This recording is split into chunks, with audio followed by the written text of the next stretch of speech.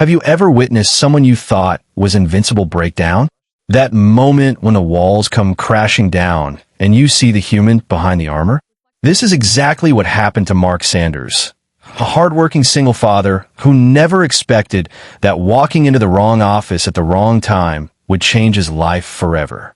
If this intrigues you, stay with me until the end. You won't believe how this story unfolds.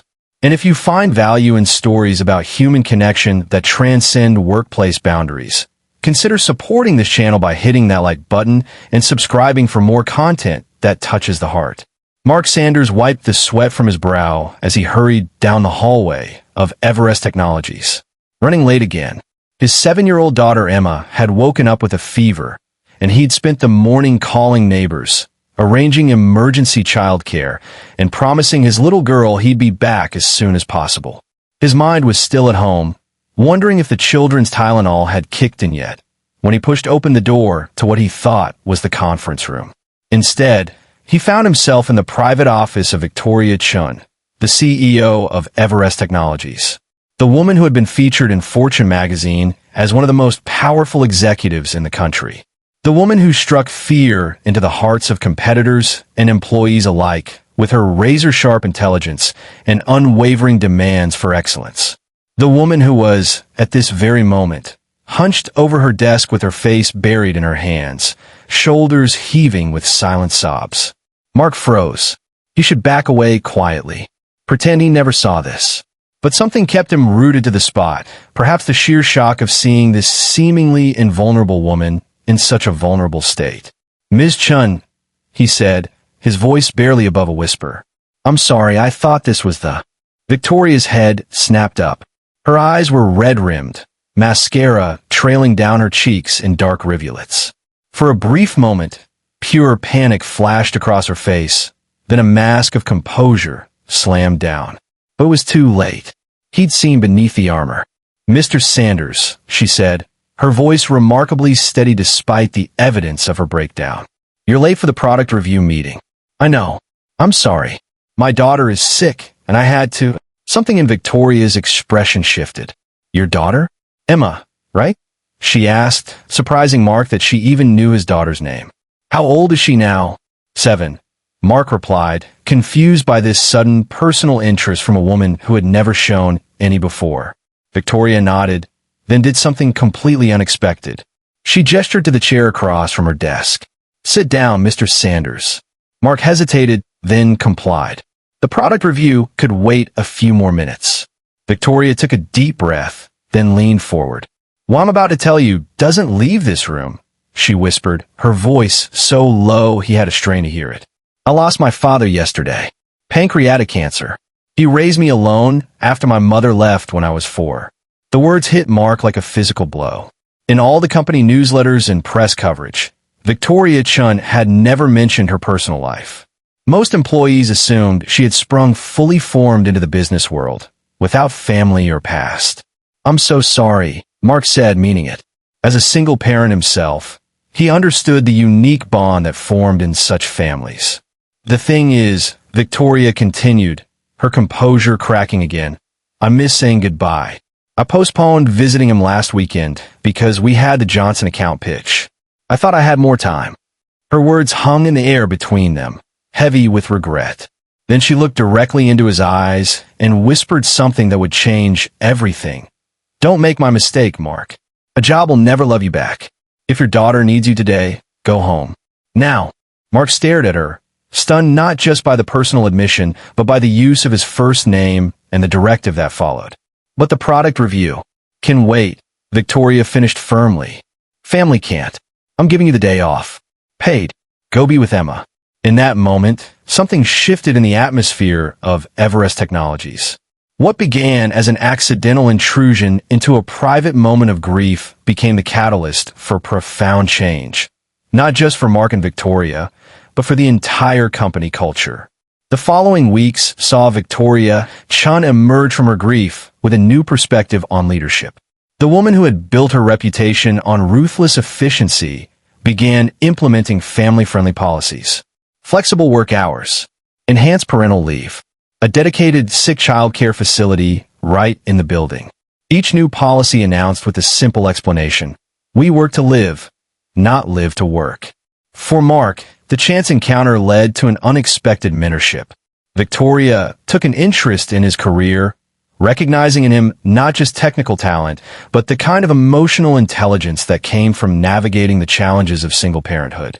She began inviting him to meetings he would never have accessed before, asking for his perspective on projects that affected employees with families. But the path wasn't smooth. Not everyone at Everest Technologies embraced the changes. Harold Winters, the CFO, saw the new policies as expensive indulgences that would hurt the bottom line. You're letting sentiment cloud your judgment, he told Victoria during a particularly heated board meeting. This isn't a charity, it's a business. Victoria's response was measured but firm. It's precisely because it's a business that we need these changes. Our greatest asset walks out the door every evening. If we want them to come back motivated and loyal, we need to respect what matters to them.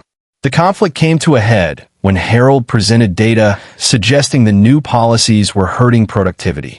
What he didn't know was that Mark had been gathering his own data, showing that while immediate output had dipped slightly, employee retention had improved dramatically, saving the company hundreds of thousands in hiring and training costs.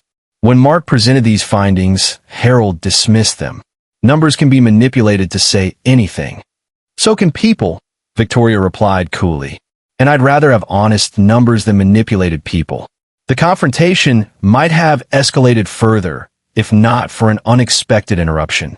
The door to the conference room swung open, and there stood Emma, Mark's daughter, clutching a drawing in one hand and the receptionist's hand in the other. Daddy, she said, her voice small but determined, you forgot your lunch again. The tension in the room dissolved as all eyes turned to the little girl with braided hair and mismatched socks. Victoria was the first to smile. You must be Emma, she said, walking over and kneeling down to the child's level. I've heard so much about you. Emma studied Victoria with the unfiltered curiosity of childhood. Are you the boss lady? She asked bluntly. Victoria laughed, a genuine sound that few at Everest had ever heard. Something like that. My daddy says you're the smartest person he knows, Emma continued, unaware of the impact of her words. He says you have a big heart too, but some people don't get to see it. Mark felt his face flush as Victoria's gaze flickered to him momentarily, then back to Emma. Your daddy is very kind, she said softly, and very smart himself. Emma nodded solemnly, then thrust the drawing forward. This is for you. It's a thank you for letting Daddy come home when I'm sick. Victoria accepted the crayon drawing, a colorful depiction of what appeared to be a woman in a business suit standing next to a smaller figure with a thermometer sticking out of its head. Written across the top in uneven letters were the words, "Thank you, boss lady." The simple gesture accomplished what hours of boardroom debate could not. Harold Winters, watching the interaction, cleared his throat awkwardly. Perhaps, he said, I should review those numbers again. That moment marked a turning point. The company that had once prioritized profit above all else began to measure success differently. Employee satisfaction scores soared. Productivity, after an initial dip, rose to unprecedented levels. Everest Technologies became known not just for its innovative products, but for its revolutionary workplace culture. And at the heart of it all was an unlikely friendship between a CEO and a single father, bound by a shared understanding of what truly matters in life. 3 years after that fateful day, when Mark walked in on Victoria crying, Everest Technologies hosted a gala to celebrate becoming the first tech company to receive the National Work-Life Balance Award. As Victoria took the stage to accept the honor, she paused, scanning the crowd until she found Mark and Emma, now 10 and wearing a dress she had chosen herself for the special occasion. This award belongs to everyone at Everest, Victoria began, but it was inspired by a specific moment and a specific person. She recounted the story of Mark walking into her office, careful to omit the personal details of her grief, but emphasizing the lesson she had learned. Sometimes leadership isn't about having all the answers. Sometimes it's about being humble enough to learn from unexpected teachers. She raised her glass toward Mark. To the man who reminded me that we are human beings first and employees second. And to his daughter, who taught me that the measure of success isn't what you achieve in the boardroom, but the lives you touch along the way. The applause was thunderous, but Mark barely heard it. He was too busy wiping away tears and hugging Emma, who was beaming with pride, though she didn't fully understand why everyone was clapping. Later that evening, as the celebration wound down, Victoria found Mark by the dessert table, helping Emma construct an elaborate creation involving chocolate cake and multiple layers of whipped cream. Quite the engineering project, Victoria observed with amusement.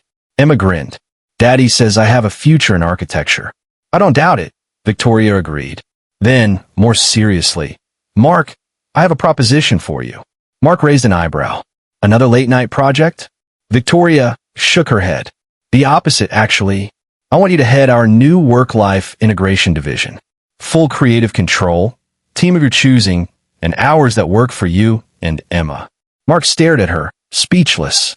It was the kind of opportunity most employees could only dream of. Why me? He finally asked. Victoria's answer was simple. Because you understand that what we're building here is more than just a company. It's a community, a family of sorts. Mark looked at Emma, then back at Victoria. I'm honored, he said, but I'd like to propose one condition.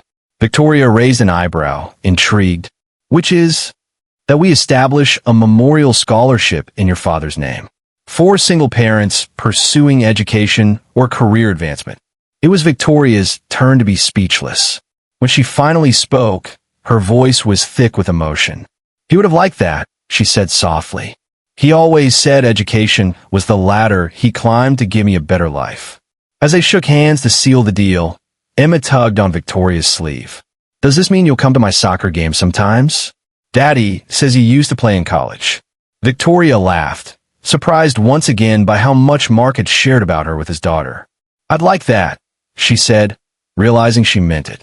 The years that followed saw Everest Technologies transform from just another tech company to a model of corporate responsibility and human-centered leadership. The Memorial Scholarship helped hundreds of single parents advance their careers. The Work-Life Integration Division became the company's crown jewel, studied by business schools and emulated by competitors. But perhaps the most profound transformation was in Victoria herself.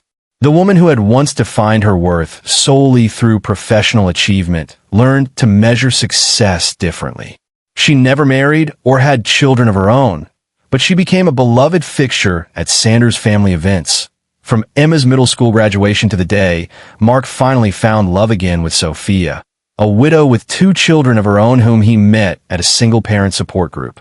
On the day of Mark and Sophia's wedding, Victoria sat in the front row, honored with the position usually reserved for family. As she watched the couple exchange vows, with Emma and her new step-siblings serving as attendants, Victoria reflected on the strange and winding path that had led to this moment. Who could have predicted that her lowest moment, breaking down in grief, being caught vulnerable and exposed, would lead to her greatest triumph? Not the business success or the awards, but this, being part of a community, a chosen family, bound not by blood but by mutual respect and genuine care. After the ceremony, as the celebration was in full swing, Emma, now a poised teenager, found Victoria at the edge of the dance floor. You know, Emma said thoughtfully, Dad told me the whole story once.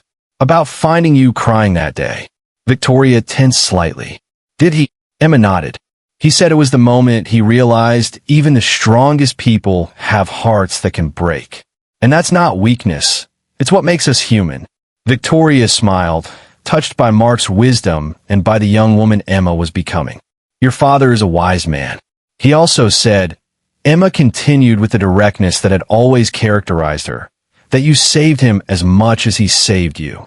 That before that day, he was just going through the motions, caught between work and parenting, never feeling like he was doing either well enough. Victoria had never considered it that way, that in her moment of vulnerability, she had somehow helped him too. The thought was humbling and affirming all at once. We save each other, Victoria said softly. That's what community means. Emma considered this, then asked the question that had clearly been on her mind. Do you ever regret it? Not having a family of your own? Another CEO might have been offended by such a personal question, but Victoria and Emma had long ago established a relationship that transcended conventional boundaries. I have a family, Victoria answered honestly. It just doesn't look like what I thought it would. You, your dad, now Sophia and the kids, you're my family. Different, but no less real. Emma seemed satisfied with this answer. She gave Victoria a quick, impulsive hug, then disappeared back into the crowd of dancers, leaving Victoria with her thoughts. Later, as the evening wound down, Mark found Victoria sitting alone, watching the festivities with a content smile. "Penny for your thoughts," he said, taking the seat beside her. Victoria laughed. "Inflation's hit hard. They're worth at least $1 now." Mark chuckled, then turned serious. "Thank you for everything, Victoria. Not just for being here today, but for, well, everything." Victoria understood what he couldn't quite articulate. "It was never just one way, you know," she said, echoing what Emma had shared earlier. "That day in my office, you saw me at my worst, but you also saw me. The real me. Not many people ever had." Mark nodded, understanding completely. Funny how life works, isn't it? How the worst moments can lead to the best changes. Indeed, Victoria agreed. Though I could have done without the mascara streaks. They shared a laugh, comfortable in a friendship that had grown from such unlikely soil. As the wedding celebration concluded and guests began to depart, Victoria Chen, the woman once known only for her business acumen and intimidating presence, found herself surrounded by hugs and heartfelt goodbyes from the Sanders Rodriguez family. No longer just a CEO, but a cherished friend, mentor, and honorary family member. Walking to her car under a sky full of stars, Victoria remembered her father's words from long ago. "Success isn't measured by what you have, Vicky, but by the lives you touch." At the time, focused solely on climbing the corporate ladder, she hadn't truly understood. Now, with her heart full from a day, celebrating love and connection, she finally did. The single dad who had walked in on his CEO, crying all those years ago, could never have imagined how that moment of vulnerability would ripple outward, changing not just two lives, but an entire company culture, and through that, countless families. What Victoria had whispered that day, "Don't make my mistake, Mark. A job will never love you back," had indeed shocked him. But the real shock was how acknowledging that simple truth had led to something far more valuable than professional success. Authentic human connection. As Victoria drove away from the wedding venue, she made a mental note to approve the expansion of the Memorial Scholarship Program, first thing Monday morning. After all, you never knew when giving someone a chance might change everything. For them, for you, and for all the lives that would be touched in turn. That, she now understood, was the true measure of a life well lived. If this story touched your heart, please consider liking this video and subscribing to our channel for more content that explores the profound connections that make us human. Remember that sometimes our greatest moments of strength come from allowing ourselves to be vulnerable. And our greatest impact comes not from our achievements, but from the lives we touch along the way.